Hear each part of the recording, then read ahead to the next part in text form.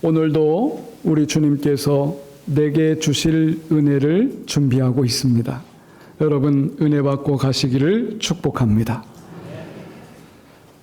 오늘 말씀 제목이 예수님이 마태를 만나다라고 하는 제목입니다. 그 마태가 누굴까요? 마태는 바로 나입니다. 자, 우리 한번 해볼까요? 내가 마태입니다. 조금만 올려봅시다. 내가 마태입니다. 예. 마태를 만나신 예수님의 이야기를 통해서 오늘 우리가 함께 은혜 받겠습니다. 프랑스의 작가 빅토르 이고가 쓴 레미제라블이라고 하는 대화 소설이 있습니다. 이 소설은 우리나라에는 장발장으로 이렇게 소개가 되었죠. 이 장발장은 빵 한 조각 훔쳤다가 자그만치 19년 동안 옥살이를 하고 추록한 이야기를 그리고 있습니다. 여러분, 빵 한 조각 훔쳤는데 19년 옥살이를 했다면 얼마나 억울하고 분통했겠습니까? 장발장이 세상에 나왔더니 사람들의 시선이 싸늘합니다. 감옥에 죄수로 있다 나왔으니 누구 하나 반겨주지 않습니다. 배고픈 배를 움켜잡고 그가 찾아간 곳은 성당의 한 주교 미리엘 신부를 찾아갔습니다. 신부는 장발장을 따스하게 맞아주면서 편안한 잠자리를 제공했습니다. 그러나 장발장의 마음속에 신부 집에 있는 은식기가 너무나도 탐이 났고 결국 은식기를 훔쳐서 도망쳤습니다. 도망치다가 경찰에게 잡히고 말았습니다. 경찰과 함께 장발장이 신부 집에 와서 노크를 합니다. 신부님, 이 집에서 훔쳐온 게 분명합니다. 이 도둑놈을 잡아서 왔습니다. 여러분, 그러면 보통 사람 같으면 도둑놈 잘 잡았소. 감옥에 쳐넣으시오. 이렇게 해야지 당연한데 신부는 그 모습을 보면서 이렇게 말했습니다. 내가 은식기를 준 거예요. 그러면서 장발장에게 하는 말이 은초 때까지 줬는데 그건 왜 놓고 갔냐 하면서 경찰을 무안하게 만들었습니다. 여러분, 빅토르 이그라는 작가는 이 신부를 통해서 예수님의 사랑을 투영시켰습니다. 신부 미리엘의 설정은 예수님이 도둑놈을 도둑놈으로 보지 않고 그 사람은 변화될 사람으로 봤던 것입니다.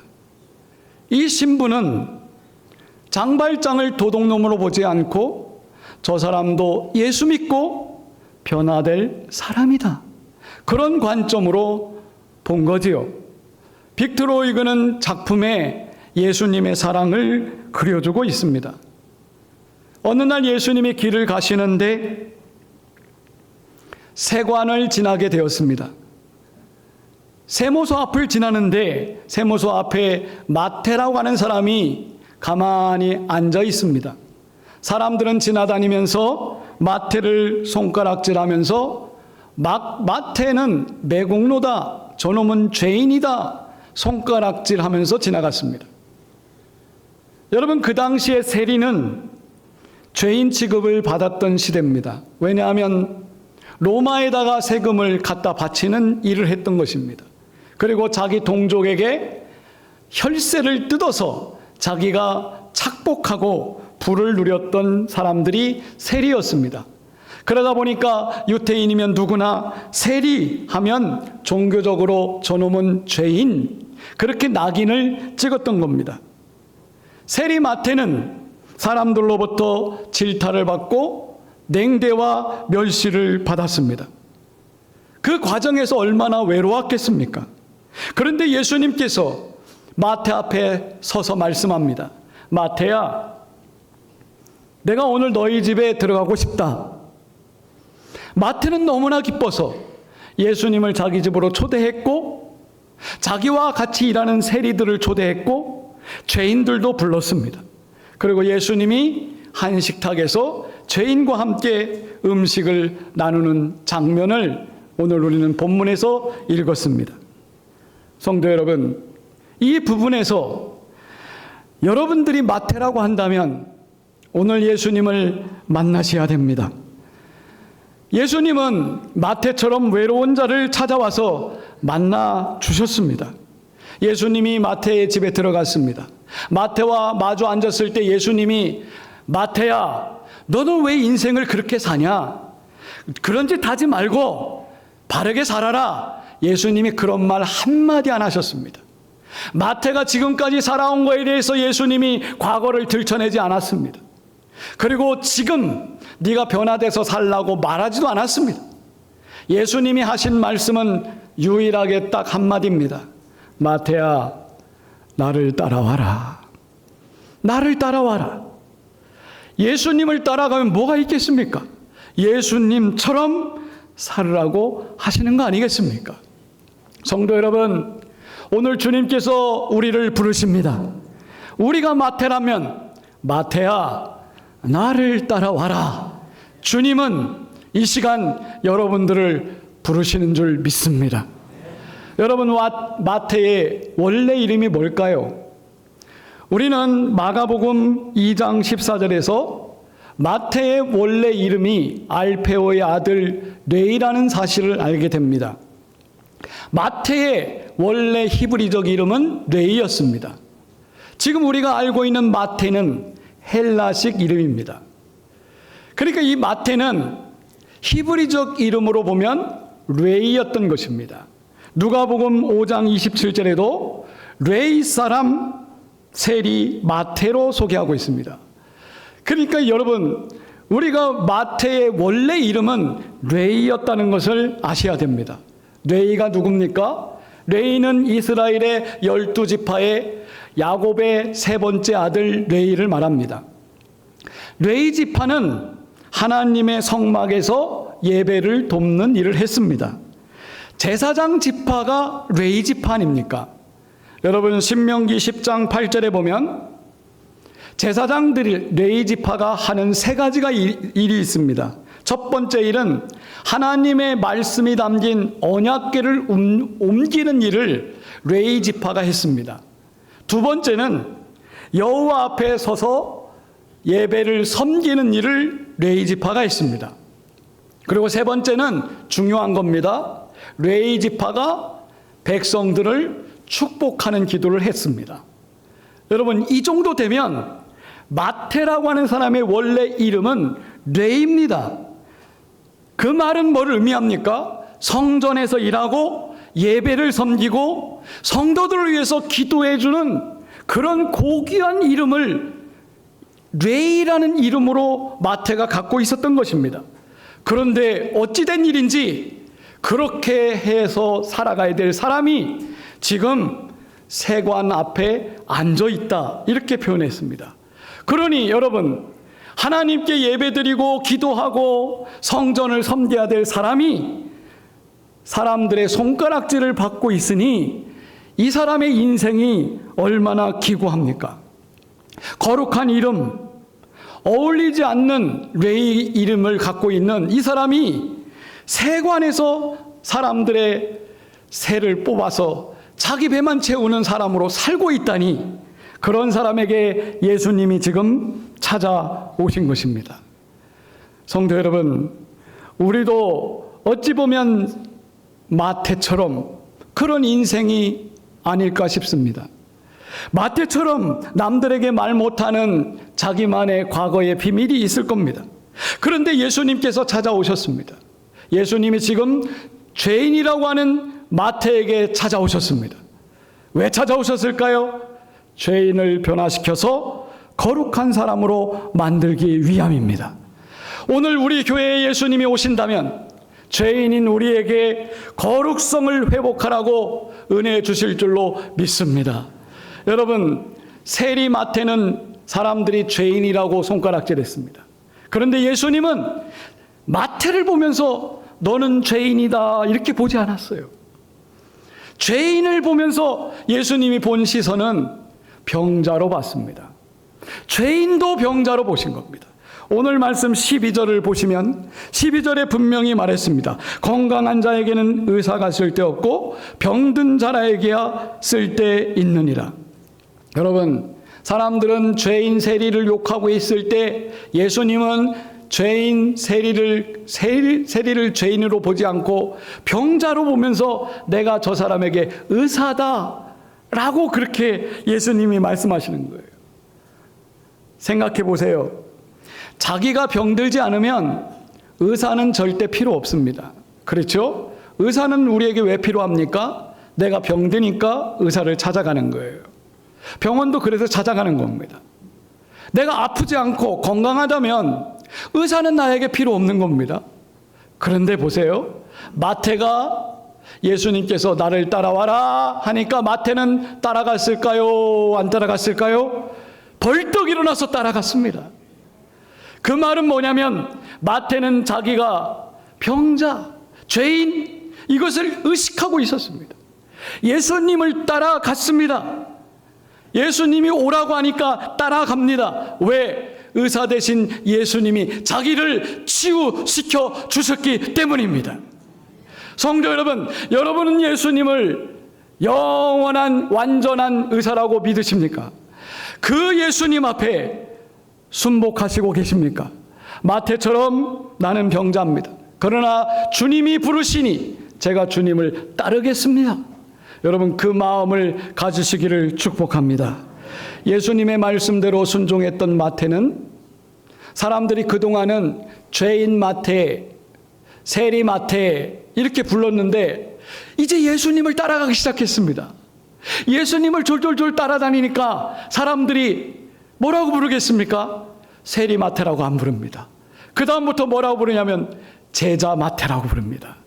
성도 여러분, 우리들도 예수 믿고 변화됐으면 제자 아무개가 되어야 될 줄로 믿습니다.